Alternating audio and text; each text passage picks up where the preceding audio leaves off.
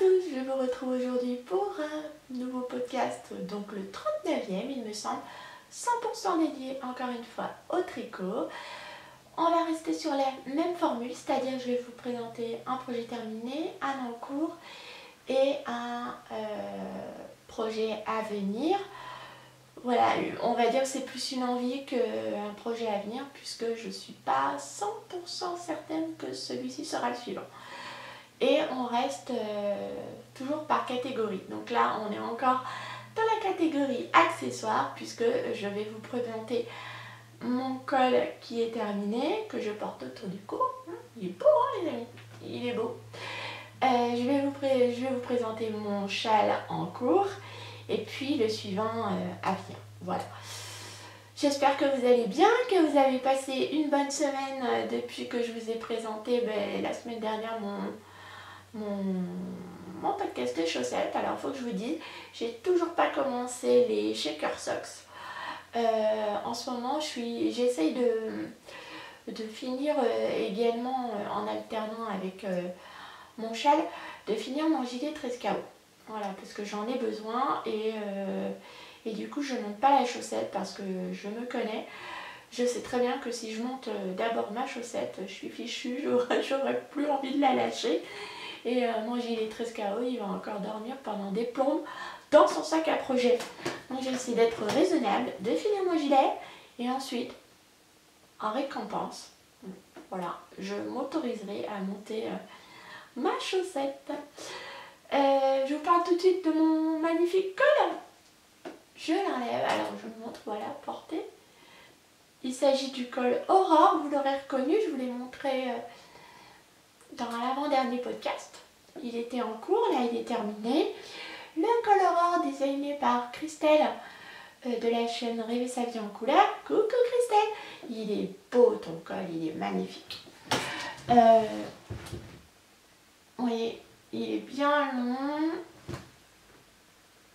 tout entortillé là. Moi j'ai fait la version longue parce que, enfin, il n'y a qu'une seule version, mais vous voyez, si je l'enlève, il est quand même, il est long, hein. Voilà. Je l'ai tricoté avec des restes de laine. Oh. Alors je profite que c'est flou pour me coiffer. Coucou les amis. Donc c'est le modèle, le col Aurore de Christelle de Rêver sa vie, de la chaîne Rêver sa vie en couleur. Je vous mets le lien du patron qui est dispo en français et gratuitement s'il vous plaît sur Ravelry dans la barre d'infos comme d'habitude. C'est un super patron. Si vous débutez en tricot, si vous débutez dans le tricot circulaire, c'est vraiment un patron très facile, très accessible, qui est très ludique également puisque vous pouvez jouer avec les couleurs, vous pouvez jouer avec les motifs, les différents points, jamais vous vous ennuyez. Et si vous débutez, eh bien, on va rentrer tout de suite dans le vif du sujet. Si vous débutez le tricot en circulaire, eh bien, vous montez sur vos aiguilles un certain nombre de mailles, vous fermez et vous tricotez en rond. Moi, vous faites une bordure au point mousse. Je vous donne les détails hein, puisque le modèle est gratuit. Là, vous avez une première section de points avec simplement du jersey, de quelques rangs de jersey, puis une alternance de points endroit, de mailles endroit et régulièrement une maille envers. Ensuite, du jersey, en fait vous faites ce rang de maille endroit, maille envers en quinconce, voilà. Très très facile. Ensuite vous refaites une section de point mousse, puis encore une fois cette section là de dentelle, non, de point texturé. J'ai l'impression qu'il y a une tache là, mais non, ce n'est pas une tache, c'est juste un point qui est un peu plus ajouré. C'est bizarre, on dirait qu'il y a une tache, mais non, il n'y a pas de tache. Ouais.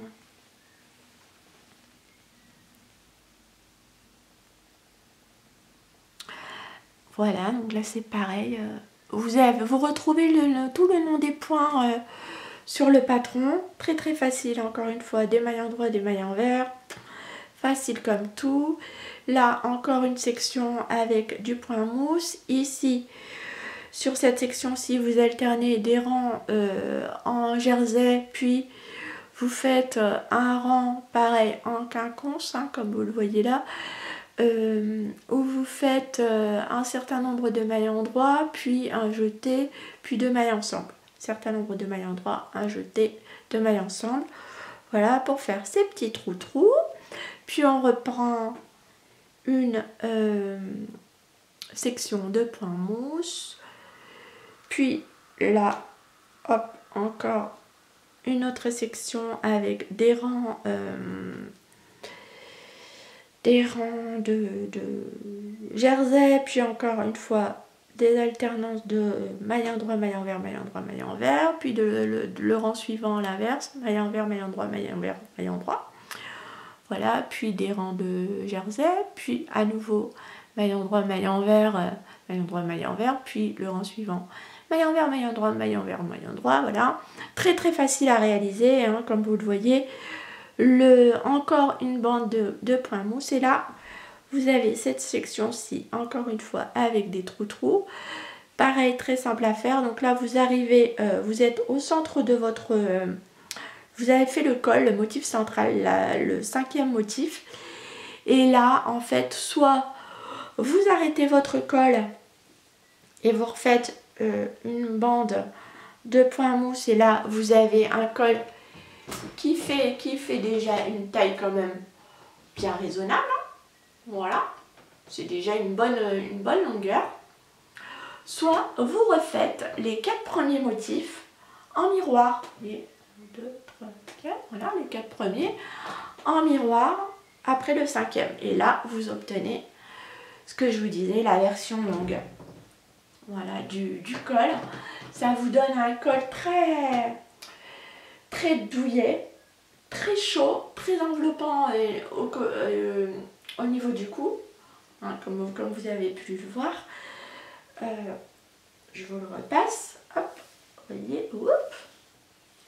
Il est très top. Voilà, hop, il est positionné. C'est vrai qu'il se met vraiment très bien.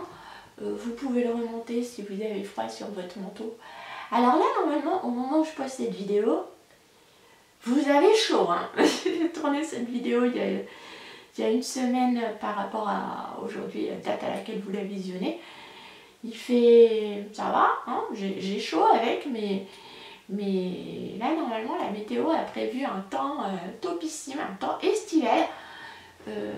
Sachez que je ne tourne pas cette vidéo aujourd'hui.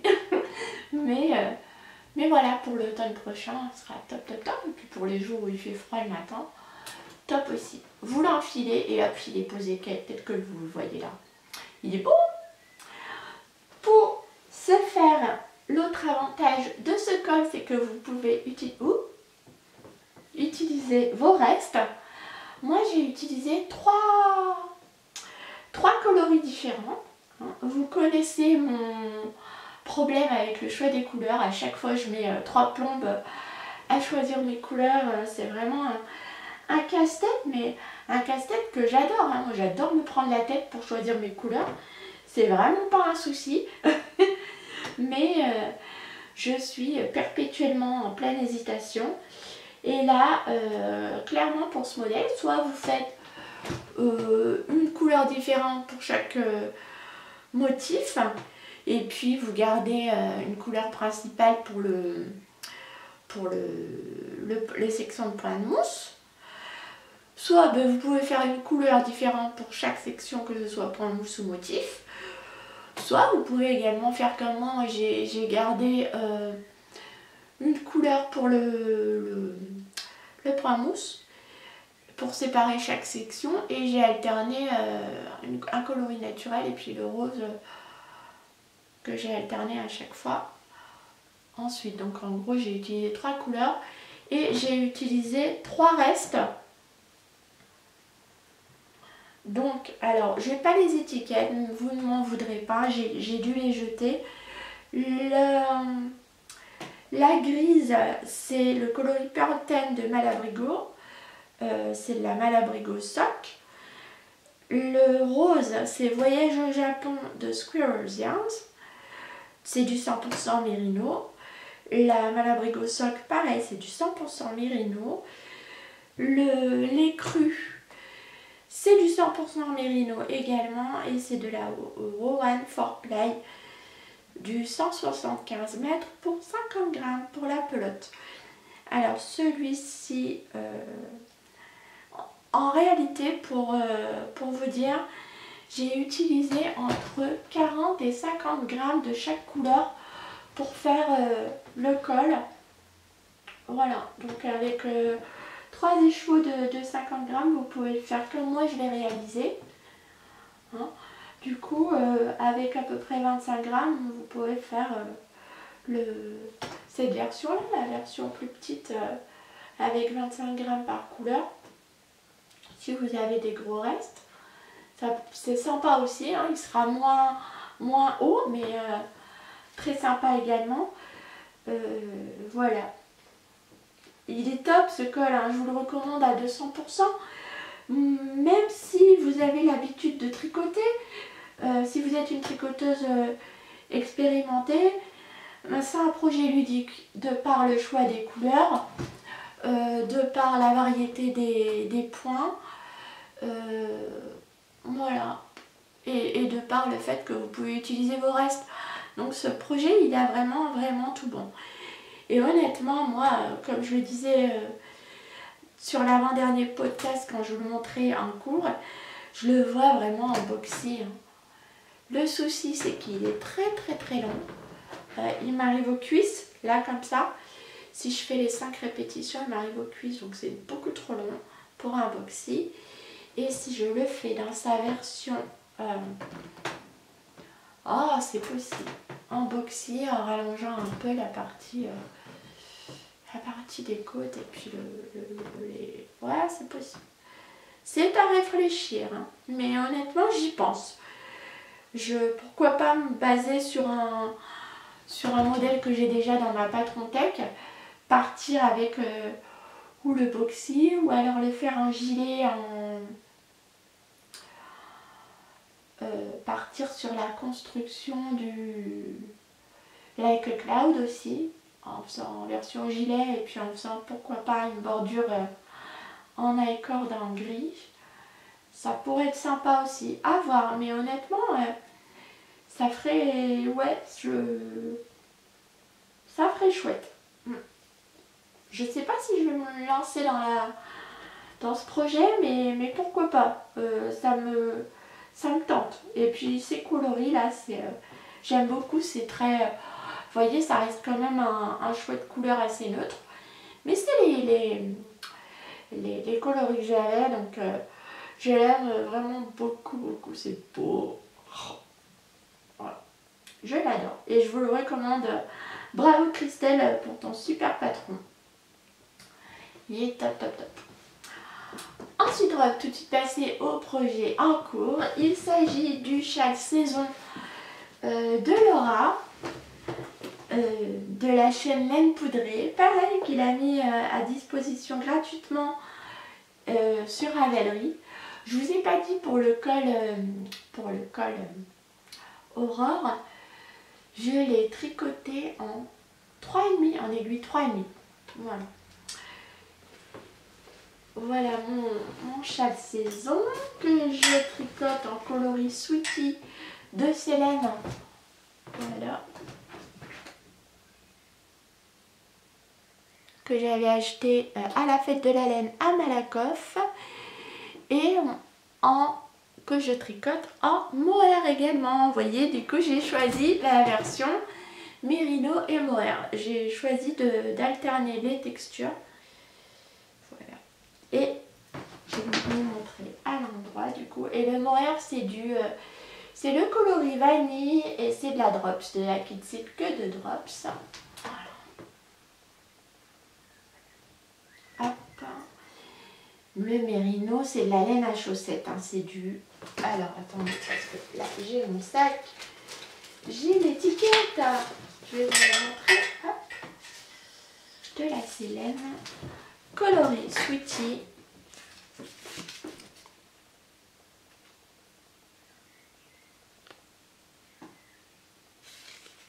Voilà.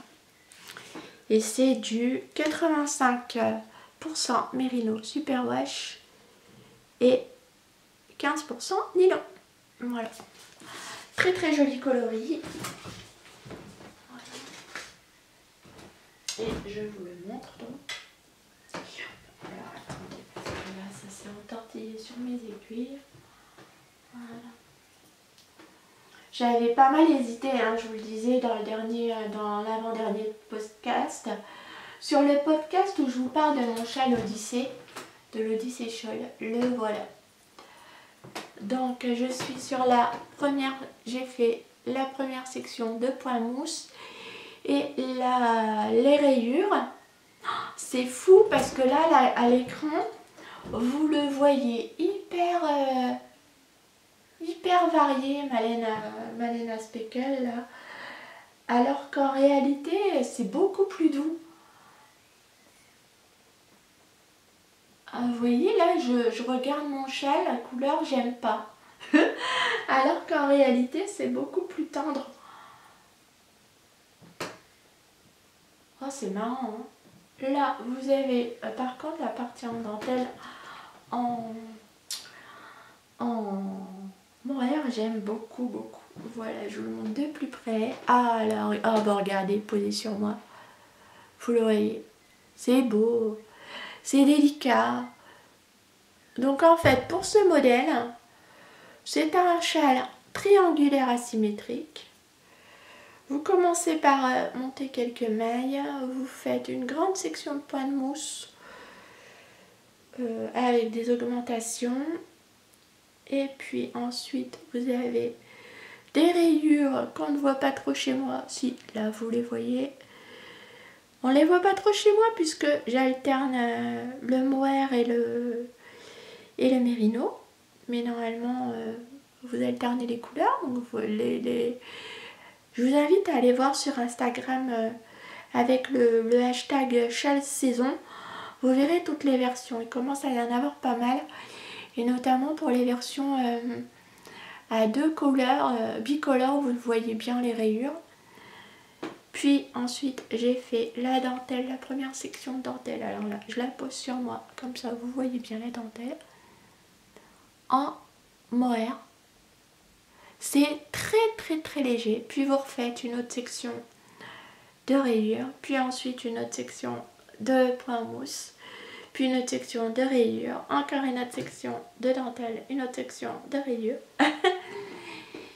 Et puis vous finissez avec une longue section. Non, je sais plus comment il se termine. Si se finit avec des rayures de point mousse, effectivement, encore après la dentelle. Et les rayures. Et ensuite il y a un high-cord pour terminer. Je trouve qu'il est beaucoup plus flash à la caméra qu'en réalité. Il est beaucoup plus doux. Je trouve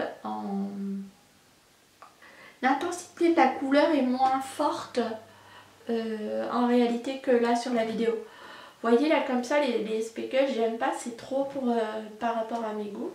Tandis que dans la réalité c'est beaucoup moins intense. Hein. J'ai posté une photo en cours sur du châle sur Instagram et vous verrez c'est beaucoup plus fidèle à la réalité si vous avez envie d'aller jeter un coup d'œil. D'ailleurs je vous ai pas dit, vous pouvez me retrouver sous le pseudo PetitPimou02 sur Ravelry et sur Instagram. Voilà, si ça vous dit d'aller jeter un coup d'œil là-bas.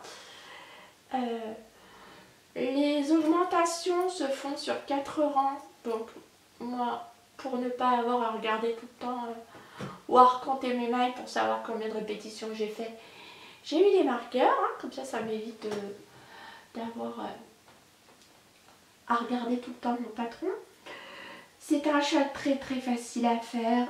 Pareil, si vous êtes débutante en dentelle, je vous le recommande. Il est très simple, très intuitif. Laura explique vraiment très bien. Tout est clair sur son patron, vraiment facile à suivre. Il monte à la vitesse de l'éclair. Voilà. Encore un patron que je recommande à 200%, hein, et en plus il est aussi disponible gratuitement sur Ravelry. Je vous mets le lien de la chaîne, que ce soit de Christelle ou de Laura, vous les connaissez de toute façon, mais je vous mets le lien, que ce soit de leur patron et de leur chaîne YouTube en barre d'infos. Voilà, je vous en dirai plus la prochaine fois, hein, quand il sera terminé, je vous montrerai. C'est clairement, j'ai fait une version estivale, moi, hein, côté saison, on est vraiment, là on regarde,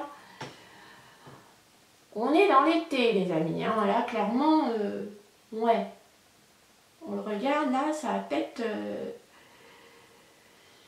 la rétine, hein, mais il n'est pas si intense en réalité. Ouais, parce que là, je vous montre, je suis presque déçue, là, alors qu'il est beaucoup plus doux, beaucoup moins tranché en couleur. Voilà. Et puis, alors, côté Mohair, je voulais aussi, parce que j'essaie quand même de terminer mes restes, il me restait une pelote et demie de... Vous voyez, j'ai une pelote et la moitié d'une de mon Love Note. Donc je m'étais dit, il faut quand même que je les utilise, ces pelotes. Et je me suis dit, bah, pourquoi pas effectivement faire la section de dentelle en mohair. Donc vous voyez, il y a deux sections de dentelle en mohair. Donc pour la première, évidemment, la suivante sera plus grande. Mais j'avais 12 grammes de ma deuxième pelote et voilà ce qu'il me reste encore. Tout ça de ma deuxième pelote, donc. Et il me reste encore une pelote de mohair entière. Donc ça devrait coller, je ne devrais pas manquer. Et c'est top parce que j'aurais utilisé également mes restes de mohair. Voilà, j'essaye aussi d'écouler un peu les restes. Et de vider mon stash pour éviter aussi de racheter des trucs. Enfin, je vous en parle. Ça, de mon stash en équilibre, comme je l'appelle. Mais ce sera pour une prochaine vidéo. Et là, vous ne le voyez pas, mais je me suis emprisonnée dans mes fils.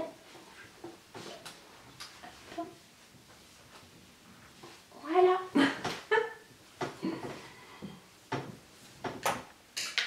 Et pour le prochain projet, encore une fois, j'ai été inspirée par Laura de la chaîne Toujours Laine Poudrée, qui a présenté récemment dans l'une de ses dernières vidéos. Je ne sais plus si c'était un podcast ou un vlog. Elle nous a montré son Everyway Shawl d'Andrea Mori. Et moi, c'est un patron que j'ai dans ma bibliothèque depuis un bon bout de temps, que j'ai acheté et dont j'ai déjà le combo de laine pour le faire. Et je vous en avais parlé dans un podcast il y a déjà quelques temps. Il y a peut-être déjà 1 an ou 1 an et demi. Donc du coup, elle m'a donné envie de le faire, de le mettre sur mes aiguilles. Il est fort probable que je change d'avis, hein, rien n'est moins sûr. C'est un châle qui se fait en décasse, c'est un châle qui peut se porter comme un poncho. J'avais fait la version fingering, le Everyday Shawl, toujours d'Andrea Mori. Donc là, c'est la même construction de châle, poncho, longue écharpe, couverture en version déca. Avec un peu de, j'ai l'impression de jacquard. Enfin, je n'ai pas encore trop regardé la construction. Donc pour mon coloris principal, j'avais choisi du bleu. Mais voilà. Il fallait 4 écheveaux. Donc là, j'ai 4 pelotes de 200 mètres de bleu. Alors c'est de la cotton fleece et c'est du 80% coton, 20% mérino.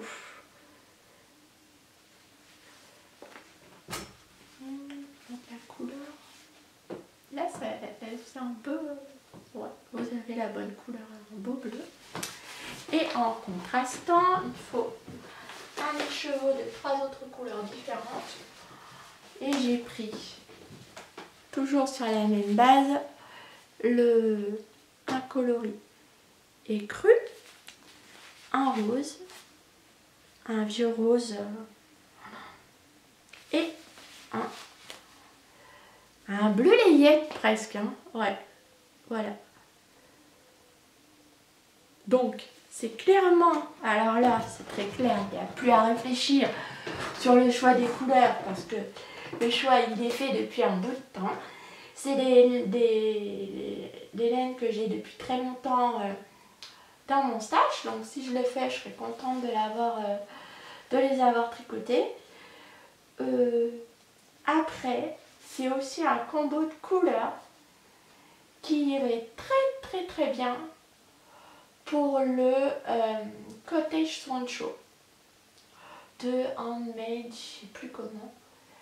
Et en fait, il se fait en DK et il se fait exactement pour la taille 1 parce qu'il a une aisance de malade ce Swancho avec exactement la même quantité de laine, donc c'est-à-dire 4 échauds de DK pour le coloris principal et 3 échauds, un échaud de chaque couleur, des 3 couleurs contrastantes. Sauf que là, côté compo, c'est du coton mérino. Je suis pas sûre que ça ferait top pour du jacquard. Non, ça ferait pas terrible. Il n'empêche que le Cottage Swancho dans ces coloris-là, il serait beau. Je vous mettrai le lien du patron en barre d'infos, vous irez voir. Donc j'ai quand même un doute. Sur le patron cette fois-ci. Jusqu'à hier, j'étais convaincue de faire le Everywhere Shawl avec ce combo. Là j'ai un doute. Mais non, je peux pas faire du jacquard avec une laine qui contient 80% de coton, ça va pas du tout. Bon, il faut que je reste sur le Everywhere Shawl. Ouais. Et peut-être repartir sur le même combo de couleurs une prochaine fois pour le Swancho. Mais il est magnifique ce Swancho. Il y a Isa Saint-Germain qui l'a fait. Isa qui tient un podcast au Québec avec Julia. Leur podcast c'est... je me rappelle plus du nom de leur podcast. Mais je vous mets le lien en barre d'infos également. Il est topissime. Elle a fait une version du Cottage Swancho absolument sublime. Allez voir sa version, vous verrez, elle est magnifique dans son Swancho. Et son Swancho est absolument superbe, son Cottage Swancho. Voilà les amis. Encore une fois, je suis en pleine hésitation, mais je pense que non, finalement j'hésite pas. Ce combo, je vais le garder pour le Everywhere Shawl et puis je partirai pour le Swancho un peu plus tard sur un autre combo. Voilà, j'ai décidé avec vous. Vous êtes d'accord? Qu'est-ce que vous en dites? Ouais, on va rester... je vais pas éparpiller et quel que soit le moment où je ferai l'Everywear Shawl, j'ai le combo qui est prêt. Voilà. J'espère que cette vidéo vous a plu. N'hésitez pas à me dire quel châle vous avez sur les aiguilles actuellement. Si vous aussi vous faites le quelle saison de Laura, si vous aussi vous tricotez le Color Or de Christelle. N'hésitez pas donc à me dire, comme je vous le disais, le modèle que vous avez sur vos aiguilles, quel est celui que vous avez envie de faire. Comme d'hab, vous retrouvez tous les liens dont je vous ai parlé, tous les patrons en barre d'infos. Vraiment, je vous recommande les patrons de le châle saison ou alors le Color Or, vous pouvez y aller les yeux fermés. Surtout si vous êtes débutant, vous aurez à la fin un projet hyper gratifiant. Voilà les amis, je vous souhaite un excellent tricot, de beaux projets, de belles activités créatives et je vous dis à très bientôt pour une prochaine vidéo. Au revoir!